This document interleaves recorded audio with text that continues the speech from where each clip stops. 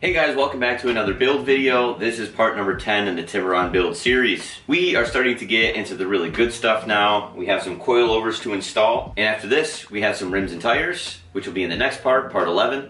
Let me bring you in for a closer look.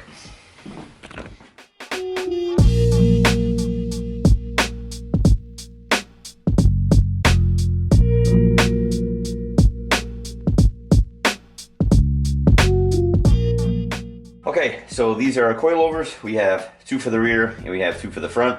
This is going to be the first time I'm personally installing coilovers, so please bear with me if I do make a mistake. Let me know in the comments down below, that way I don't make it the next time and I can correct it. But anyway, preload is already set from factory. It's evened out exactly where it needs to be, so we're not going to touch that. And what we're going to do is go ahead and start with the rears and then work our way to the front. Alright, so the first thing that you're going to start with is jacking up the car and removing the wheel. Please bear with me, I hate doing voiceovers on my videos. I'd rather just have you guys watch so that it's not just redundant with my voice in the background. However, with me being a beginner, there's a few things that I learned along the way, and I'm assuming a lot of you out there are doing this for the first time, so if you're like me, I don't want you to struggle and make the same mistakes that I did, so I'm going to go ahead and talk you through this. But there's 5 things that need to be taken off in order for you to remove your OEM strut. Those 5 things are your sway bar end links, which are pictured here. There's 2 bolts that go through the bottom of the strut through your control arm, pictured here. And then there's 2 bolts for the ABS line as well as your brake line. And of course you have the top 3 nuts that are located underneath your hood. I went ahead and used a lot of penetrating oil during this process. I went ahead and sprayed it on everything I was going to take off. That way it made the process a little easier. Here what I started with was the 10mm for the ABS line and the 12mm for the brake line. And then from there we went to the 2 bolts that are holding the OEM strut at the bottom to the control arm itself. Now you're going to have to use a wrench on one side and an impact gun of some sort on the other. That way it stops the whole thing from spinning and it'll go ahead and back right up. Now a quick tip that I learned from a mechanic friend is I threaded the bolt a little bit and then used the hammer on top of the nut instead of the bolt itself. That way it doesn't flatten the top of that bolt. That's not something you want to do. So go ahead and thread the nut a little bit and then go ahead and hit it with a hammer to get it out.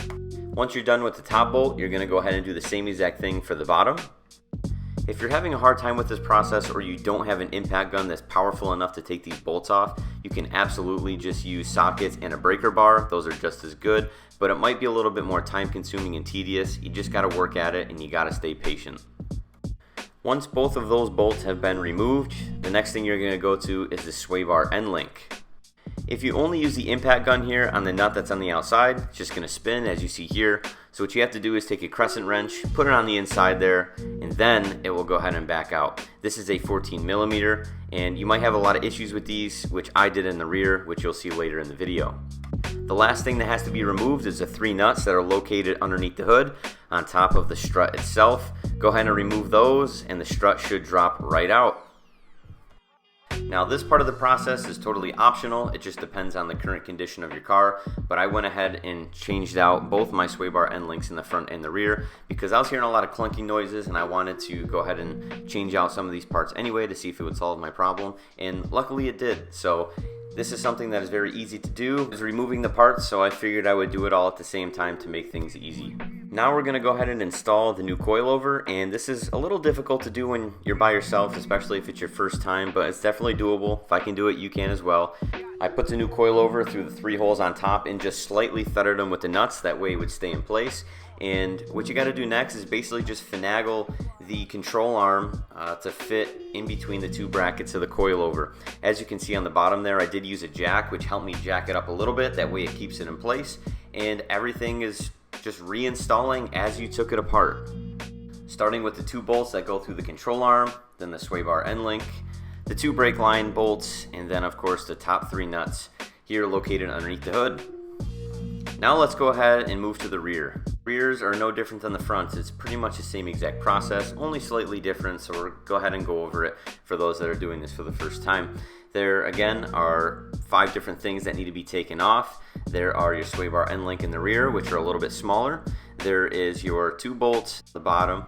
There is an ABS bolt that needs to be taken out, and then of course the little bracket that is slightly different in the back than in the front for your brake line. Again, you see me spraying some penetrating oil to help this whole process, but here is where things took a turn for the worse for me when it came to the rear. I was trying to get the sway bar end links out and the bolt would just spin. However, I couldn't get my crescent wrench on the inside there, and I ended up stripping out the inside nut that I need to use in order to back it out. So what did I have to do? I had to grind off my sway bar end links, and to me it was no big deal because I'm never gonna reuse these OEM struts ever again. They were pretty shot anyway, and I bought new sway bar end links anyway, so to me this didn't really matter. But if you can avoid this because you want to reuse your suspension parts, then I would not cut them off, and I would do your best to try and take those off the correct way. A second issue that I ran to in the back was these two bolts that we have to take out. They were so seized in there that the impact gun wasn't doing anything to them. I couldn't get them to move, so I went ahead and just used a big breaker bar that I had. I literally used a steel pipe for my breaker bar on top of one of my sockets because I don't have a lot of tools. So again, just trying to find ways around all these little mistakes, and if I can do it, then you can as well. These brake lines are pretty easy. The one here on the right just pulls right out, just a clip. And then once everything is removed, all you got to do is open up the trunk, take off your rear plastic covers. That way it will expose the 3 nuts that go on top of the rear struts. And from there, you're just going to go ahead and loosen that, and they should drop right out.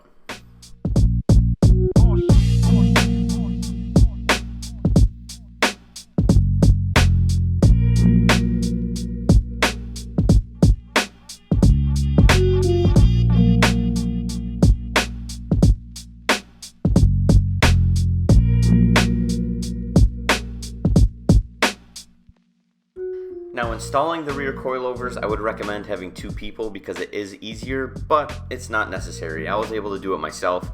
What I'd recommend is putting in the lower bolt in first. That way it'll keep it in place. And I brought a jack over and I slowly jacked it up as I kind of kept an eye on where those holes were at the top that go through the trunk. And then once I got them through, I just went back up to the top and I put the 3 nuts in nice and loose. That way it wouldn't fall or anything like that. So again, you can do this by yourself. It just takes a little finagling and the use of an extra jack if you have it. All the reinstall is the same as how you disassembled it, but I do have a few words of wisdom here that I took when I was making the video. So let's go ahead and roll that. All right, so we're now assembled, and you just have to reassemble everything the same way you took it back off. Starting with the strut bar link here, we went ahead and took that off. Obviously we grinded it down. We got a new one from AutoZone, as you saw. We went ahead and installed that. However, that was a pain in the butt because, to be honest with you, the coilover wasn't reaching at the height that it came in the box. The sway bar end link wasn't actually reaching this when I would bolt it to the top, so I actually had to adjust the ride height a little bit by loosening this and creating more length here so that it would reach, and then it would also reach to the top. Hope that makes sense, but I had to adjust the height in order to make this work. And what I'm going to do is get all of the coilovers done, and then I'm going to come back and actually adjust the ride height and make sure they're all even and equal, and then we're going to go get an alignment done. So the install wasn't too bad, but again, make sure you adjust that ride height if you have to.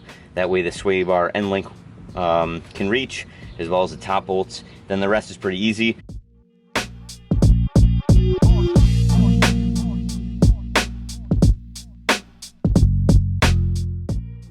That's the coilover install on the Hyundai Tiburon. Now, the ride height isn't set perfectly right now, and that's because we have to get an alignment and we also have to put the new rims and tires on. But for now, this is how it's gonna sit.